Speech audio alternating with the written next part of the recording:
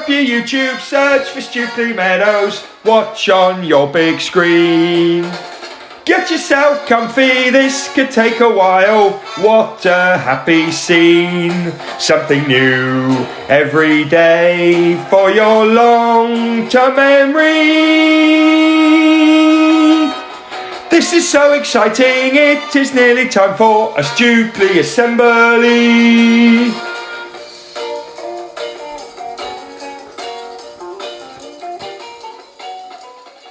Good morning everyone and welcome to today's Values Assembly live from the office. Slightly different angle today, just in case you thought I was in the same place. Well, I am, I've cheated, but thought I'd give you a different view. The stools up there and other stuff, really nice.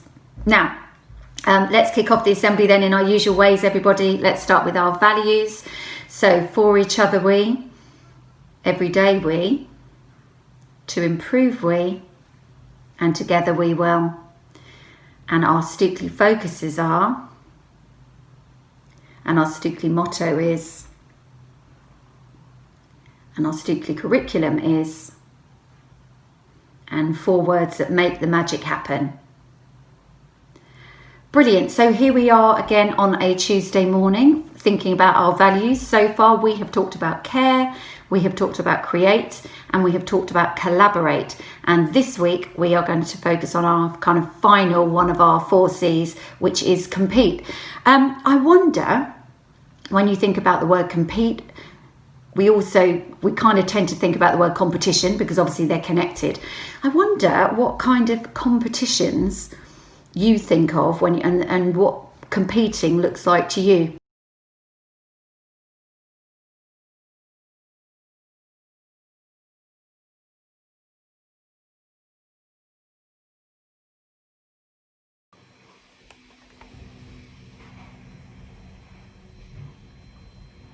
Look at that, some big waves rolling in. Gorgeous. As we get set for the large dogs.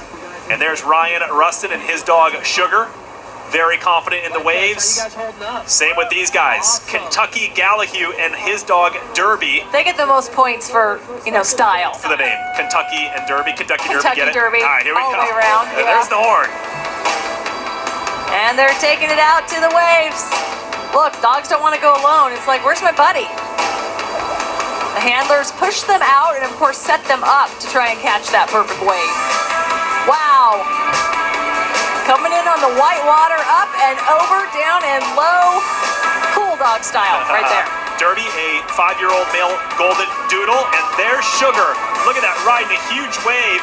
The 6-year-old female mixed breed, getting it done, bailing off right there. Some great rides. Again, length of ride matters. And that style and confidence, that's what the judges are looking for. These 2 big dogs both have it going on. Look at just another day on a wave. No big deal. The balance they have to have and the confidence from doing this over and over.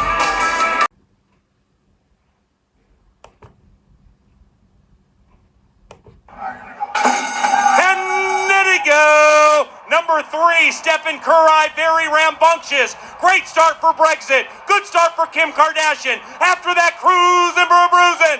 It is Brexit. Kim Kardashian.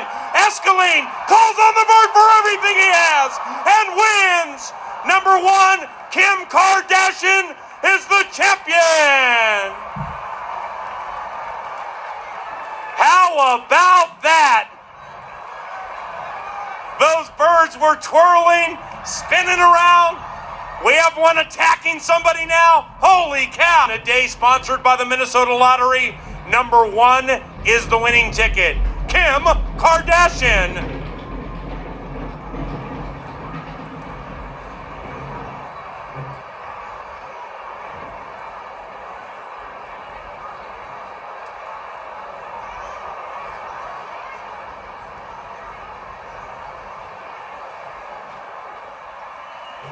Take a look at that. Brexit with Jose Montoya, thinks he has it, holding on for dear life. Here comes Kim Kardashian, cruising to a victory by a long neck. One rider bailing. Teachers, feel free to pause me at this point if you would like to have a quick chat about that as a class. When I was thinking about competitions and competing, I knew straight away the pictures of people in my mind that I was thinking of. They kind of look a bit like this. Look at all those medals around his neck. Definitely someone that's won a lot of competitions. I'm sure these are people that you recognise. You can talk about them as a class if you'd like to, seeing if you can name who they are. Look at all those medals. So when I think about competitors and people competing, I tend to think about Olympians, people that won lots of medals for the things that they have done and for the way that they have competed and have won. I wonder if you've got an idea, though, about what is the key thing if you are to be a competitor. So if you are a competitor, then it's about you as an individual, or if you work as a team, if you're in a team kind of competition, then it's about all of you trying to be the best that you can be and to be better than everybody else in the competition. You have to be the best. That's the whole nature of competition, or striving to be the best, or the best that you can be. And then I was wondering, well, I wonder how you get to be the best at anything, whatever the competition is, because every aspect of life to some degree is a competition. So I wonder how you get to be the best. And so I was kind of looking a little bit behind the scenes or reading about some of these Olympians. And it takes, I understand, a lot of training and a lot of practice and a lot of self-discipline, because they can't just go and eat whatever they like and do whatever they like. They have to be really disciplined in the way that they live their whole life, and they focus on what it is that they need to do. So they don't look at necessarily at the big picture of what they've got to achieve. They might look at the small steps along the way to getting to that end goal, and really focusing on the key skills that they need to improve at. So it's all about that self-discipline, about being focused, and about identifying what it is that you need to work on and to get better at. So I was wondering about competition and competing. How does that kind of fit into school life? I can understand if you're an athlete or some kind of sports person, or even perhaps somebody competing in a dance competition or a music one, whatever it might be. But how does that look in terms of school? Now, I kind of think that it fits into kind of three key areas. So my first key area today is about personal goals and targets. See, the thing is that we compete as a school almost against ourselves. We set ourselves our own goals and targets, things that we want to be the best at for ourselves and things that we want to get better at, which is the whole nature really of competition. But we have to kind of first of all identify, well, what is it that I want to get better at? So that's something you can think of for yourself. What do I want to get better at? We also have to know what it is we've got to do in order to get better. What are the skills? What are the practice that we are going to need to do to get better at that thing? We also need to know what excellence looks like. If I'm going to be the best at this thing, let's say it was, writing stories, I've got to know what excellence looks like. I'm going to have to read and find out what really excellent stories are like in order that I can kind of work my hardest to be as good as that. We have to be able to measure our progress. We have to kind of be able to say, well, I was here and now I'm here. So that's something, especially if I was, say, running a race or trying to kind of run a distance, and I'm going to need to think about timing, maybe how long it took me the first time, and then as I keep practicing, am I getting faster? Those are the kind of measures that we would need to put in place. How do I measure if I've got better at something? I wonder what personal goals or targets you might set for yourself. I wonder what you would like personally to get better at. So that's something that you could think about, something you could talk about maybe as a class, or you might discuss with your friends. I don't know, but what would your personal targets be? What would you like to get even better at? Because that's the competition element. The second area, I think, in terms of compete at school is about our school goals and targets. So for us at school, what does that look like? How are we competing? What are we working on? So you need to think then separately, what school goals and targets might you set for yourself at the moment? What do you want to get better at?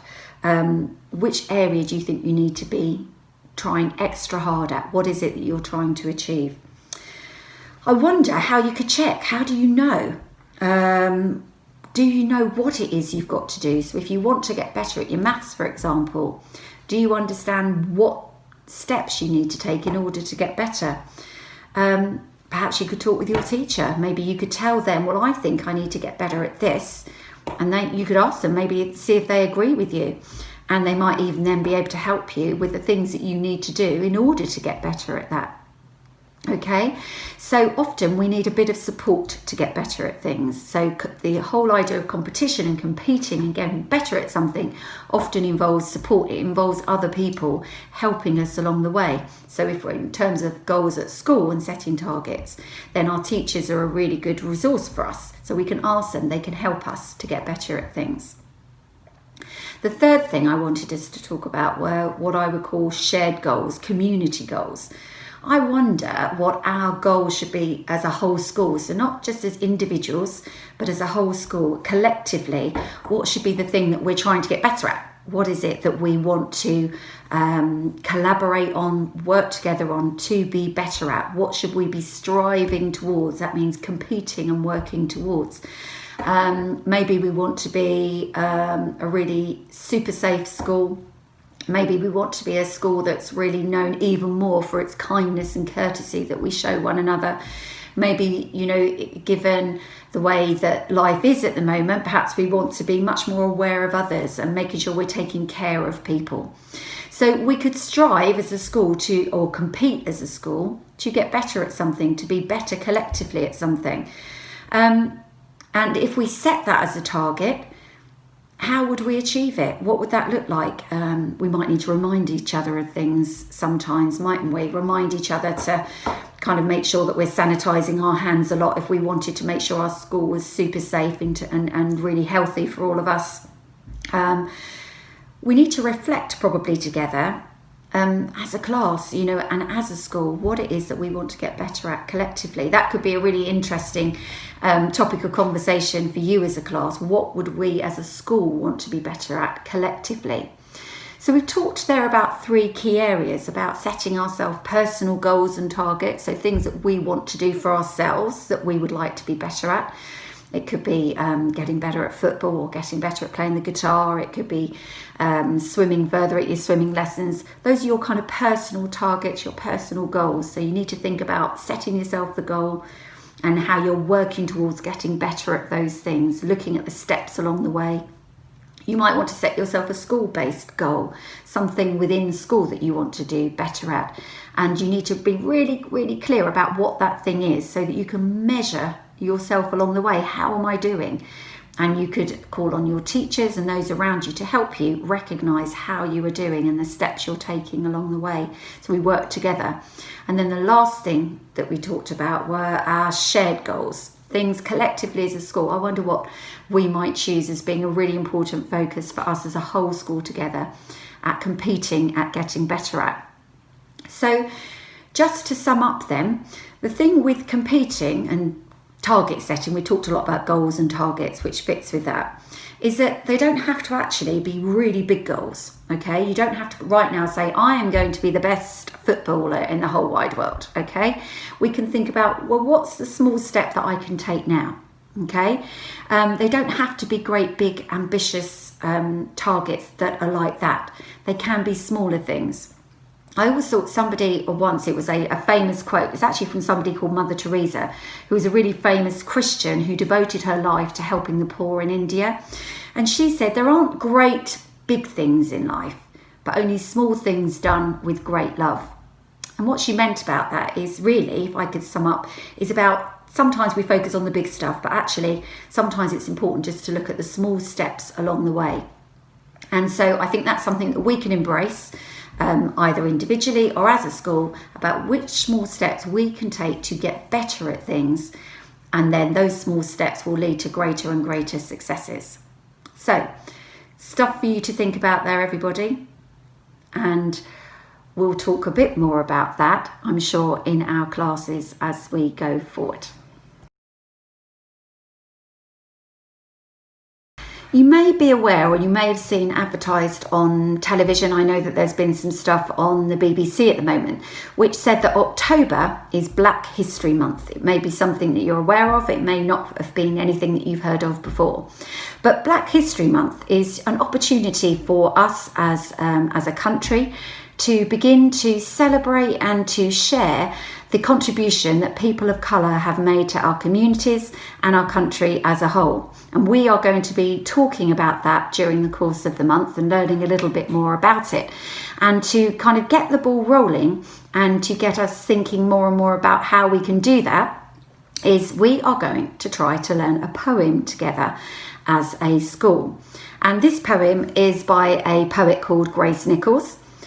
She was born in Guyana and moved to the UK in 1977. And she has won a lot of prizes for her poetry. And she has written poetry for adults as well as poetry for children. And the poem that I would like to share with you today is a poem called Cat Rap. And we are going to attempt to learn it, or at least part of it, during my assemblies over the coming weeks. So today all I'm going to ask you to do is to have a listen. So here we go. Cat Rap by Grace Nichols. Lying on the sofa, all curled and meek, but in my furry fuzzy head there's a rapping beat. Gonna rap while I'm napping and looking sweet. Gonna rap while I'm padding on the balls of my feet. Gonna rap on my head, gonna rap on my tail. Gonna rap on my you-know-where. So wave your paws in the air like you just don't care. With 9 lives to spare, give me 5 right here. Well, they say that we cats are killed by curiosity, but does this moggy mind? No, I've got suavity. When I get to heaven, gonna rap with Macassity. Gonna find his hidden paw and clear up that mystery. Nap it up, scratch it up, the knack is free. Fur it up, purr it up, yes, that's me. The meanest cat rapper you'll ever see. #1 of the street sound galaxy. Right, everybody. Well, I hope you enjoyed hearing that perhaps for the first time. And then next week, we're going to start actually properly learning that poem together. So have a good week, everybody. Bye. Thank you so much, Mrs. Stevens, for a very competitive values assembly. Right, it's shout out time, everybody. I'm going to start off with a couple of Stukeley birthdays. Happy birthday today for George in year 3 and Arwin in year 3. Happy birthday to both of you. Hope you're having a lovely day and enjoy the rest of your time celebrating. Right, we're now going to do a Tuesday times tables rock stars update. This is Mrs. Campbell's idea. She's asked if I can celebrate times tables rock stars achievements every single week. We're going to do it on a Tuesday, and when we've gotten used to it, we're going to have our own music and our own little intro. But for now, I'm just going with the results. Okay, last week Mrs. Campbell set up some battles between the year 2, the year 3, the year 4, the year 5, the year 6 classes. Let's find out who's won those battles and who have been the top players in each year group. So year 2, your first battle. You did brilliantly, all of you that joined in, but Pine got 7,278 points. Maple got 8,717 points. So Maple are victorious in the first ever TTRS battle. Top players in year 2, we've got Olivia in 3rd place, Sunuli in 2nd place, Leon in 1st place this week with a massive score. Well done you 3 and everyone else who joined in. Right, we're now going to go for year 3. Lime versus Willow. Who has come out triumphant? Well, I can tell you Willow class got 7,328 points. Lime, 26,764. Massive victory. Top 3 players in year 3. Harry in 3rd place. Stefan in 2nd place. And Oscar P in 1st place. Big scores from them. Well done everyone who joined in. Year 4, who was triumphant this week? Birch got 6,127. Acacia got 11,708. They are victorious. Top 3 players, 3rd Jasper, 2nd Alan, 1st Sowler. Well done you 3 and everyone else who joined in. Year 5. Who came out top? You think I'm going to do the 2nd place first, right? Who knows? Chestnut, 19,050 points. Beach, 8,558. Well done, Chestnut. You were triumphant this week. 3rd place, Ava. 2nd place, Alyssa. 1st place, Christian. They were the top 3 players. Well done, everyone. And finally, year 6. This is where it gets really intense because I've got Mrs. Campbell, Mrs. Peake, Miss Barry. I mean, it's all going off. But who's victorious? I'll tell you who. Sycamore, 22,530. Oak, 34,193. Oak come out on top. Where have I heard that before? Top 3 players. Matthew, 3rd place. Benjamin, 2nd. Jessica, 1st place by only 120 points. Thank you, Mrs. Cooper. I've just got an Amazon delivery. Come on! Well done, Times Tables rock stars. Mrs. Campbell will set up battles again for this week. Get on it. Show us what you're made of. The most important 60 seconds are coming up now. The most important 60 seconds are coming up now. Okay, 60 seconds goes fast. I'm going to put some pictures up on the screen. When I put a picture up, teachers and families, you can pause the video and then take a bit longer than 60 seconds. Right, first of all, Oakleaf Bookshop. I'm so excited about it starting. Here's the timetable.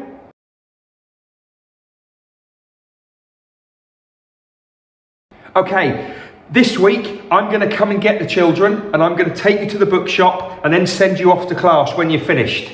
I'll do that for a couple of weeks and then when you're used to it, you'll be able to do it yourselves. It's going to be fantastic. Talking of reading, Accelerated Reader. I love that you can read at home. I love that you can do quizzes at home. But hear me and hear me now. Families must not help with the quizzing. Some families are helping to read the questions, some families are helping with the answers. That's not how Accelerated Reader works. It should all be independent. Please stick to it. Finally, hand washing. I think we're all getting a little bit slapdash. So here is a final reminder, please pause, of how we wash hands